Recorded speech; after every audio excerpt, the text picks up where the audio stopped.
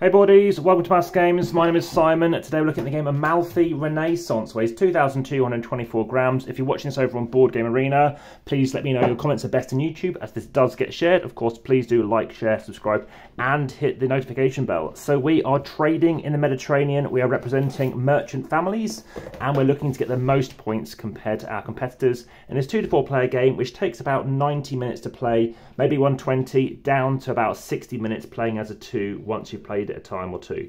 So in this particular game, we're going to play over 4 different rounds. There are various different decrees that we're looking to resolve. We're going to try and get various icons out. In this case, we could be getting various types, whether that be books, whether or not they be buildings, and there are also blue ones which we may come across, such as paintings. The rest will go over here. If and when you acquire paintings, you can actually get bread if you happen to take the leftmost one. If you happen to take further ones, you might have to pay an extra resource. There's also some private locations that we can go to, also some public locations. And if you have any kind of wanting to double check anything like this, please do either slow down the video or of course watch it again. I do recommend a second viewing. And this is a European game. This is a Euro style game, although this is, I think a Japanese designer, and happens to be a French publisher called Silex as well. So, like I said, it is up to 4 players, so 2 to 4 players. Everyone's going to have a player board like this. I'll leave this slightly out of shot, but I'll show you how it's going to work. We're also going to try and get some titles, so there's going to be 2, so 2 things we can work towards achieving as well. So we have the Condottieri and the Navigator, and we've got some other things to bring out in a second too. I'm deliberately playing out some tiles which I have not played with before, and as you can see, there's various things: 3, 2, 1, additional scoring points. Every game is different, whereby you can score yourself 6 per icon in round 1, whatever you have the most of, 3 per private tile you have, 2 points per bread you have, and in this case, if you want to get more icons, that kind of changes quite nicely. So in this game, we're also going to be playing through various different character cards as well. So everybody's going to take a starting one. On Boardgamearena, you can go random, which I might recommend. You can also choose, either could be like seafaring kind of people. We've got kind of wild kind of people in terms of wildcard abilities.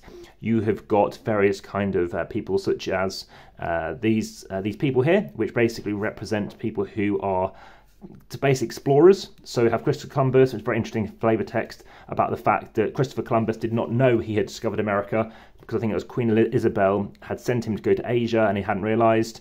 Then we've got these ones as well, which in this case represents people to do with the church, I think. And over here we have got some painters, etc. So you're going to pick one of those sets each, then whoever hasn't got one of them left is going to take one, and then what you're going to do, so they're going with the last player, they're going to pick first. Everyone else is going to pick one. Anything not picked is going to get shuffled into this discard pile as well. So what else do we need to chuck out? Well, there's a few more of these to place out, but we don't need to bother with that right now. Obviously, everyone else is going to take a player board too, so you have red, etc.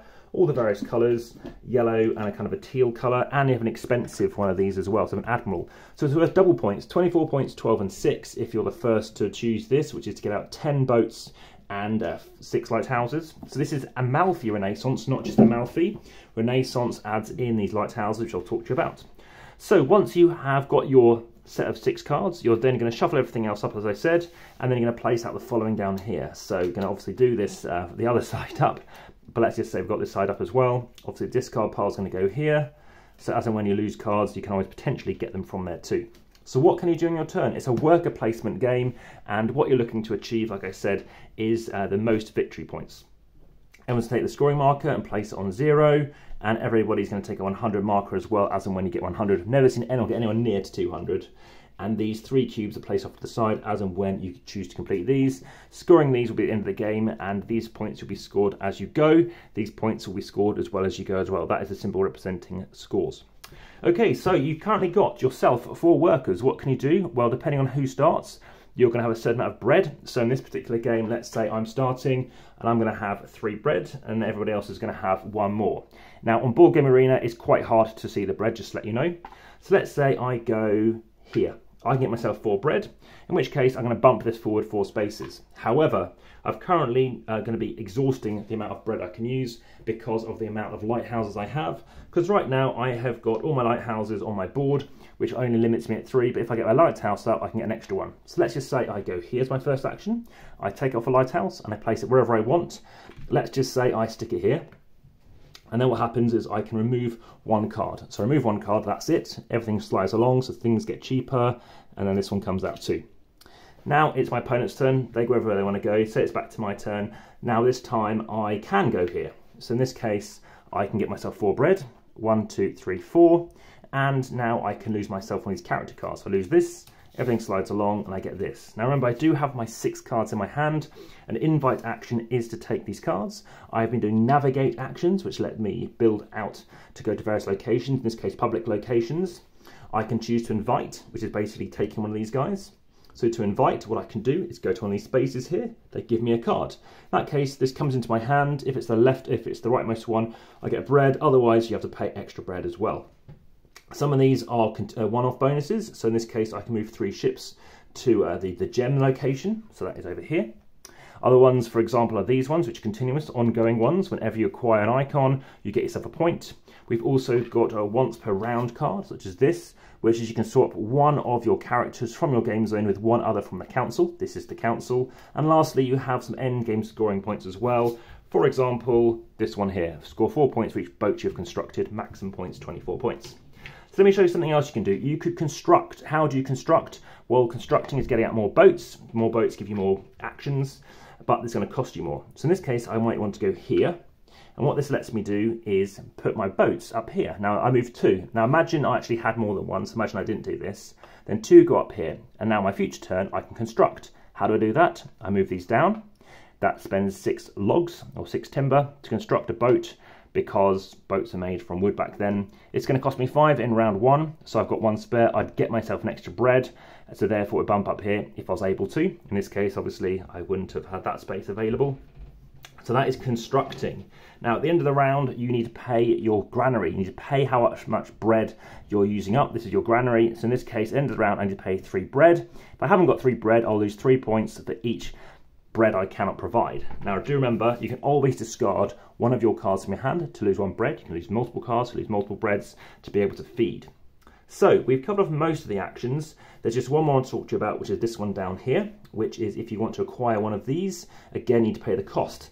Right now I can't do that, but what I could choose to do is either send one of these boats over here, so let's say go here to bump this by 2. I've only got 1 boat left, so it goes like this, which could afford it in this instance. Or what I could choose to do is, for some bizarre reason, because it might not be that efficient right now, but maybe I want to stop someone, go straight down here, spending 3 of any resource to take any of these. Again, I need to be able to afford it, so these are too expensive. That's 5, remember, that is 5, that is 6, because it's 2 plus 2. Now in this instance, I could take this one. It's going to give me bread. Again, I'm full on bread right now, but this is a private location. Only I can go there and get this benefit, which is typically, as always I've noticed, better than the public ones. But it costs me something to do so, and I get a point. However, lighthouses, let's talk about lighthouses. So you can take a location or go to a location where someone has used a lighthouse. What do lighthouses do? If someone goes to a location where you have a lighthouse or someone has a lighthouse, then that person, once this person's resolved their turn, is either going to get 1 bread, or if they can spend 2 bread, they can place one of their boats in the location matching the resource. So that can be very helpful if it means you're chucking stuff out. You can also chuck these lighthouses on someone's private location, so it goes in here. You cannot put a boat on someone else's location, but you can put a lighthouse. So again, you're benefiting from them navigating safely to their private location via your lighthouse, and therefore you're passively gaining something too. End of the round, as I mentioned, you need to feed. So again, depending on the amount of food that you have left, you need to pay this as well. Again, victory points are lost if you can't feed. And lastly, you resolve the decree. So in this case, 6 points. Again, it's variable each time. 6 points per card that you've got. So again, to buy this, I needed to have lots of people, lots of my boats up, let's say, in green. So let's say I had some 3 boats up here. I could have spent a turn to bring these down to get me this card and get myself a bread. It gives me a bread as well, which again, in the minute I'm fine with bread, to get 12 victory points as well. Now, I would have also got myself 6 points per icon, so I would have had an extra 6 points as well. Then what happens, this then flips over, Then we move on to the next round. We pull back all our people, and whoever went first in the last round, they might be going first again. It does depend on who passes first. It's a hard pass. Once you pass, you cannot come back into the play until the next round.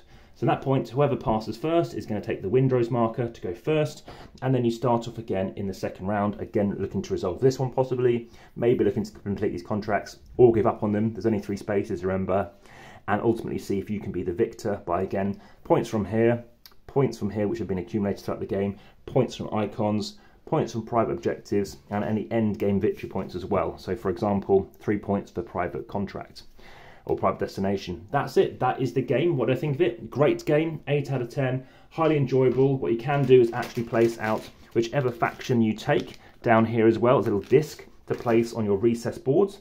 So this is recessed, this is recessed, recessed, the edge is recessed, so you can hold up to 2 of these counters next to each other, or if you happen to get at least 100 points, you can place something here too.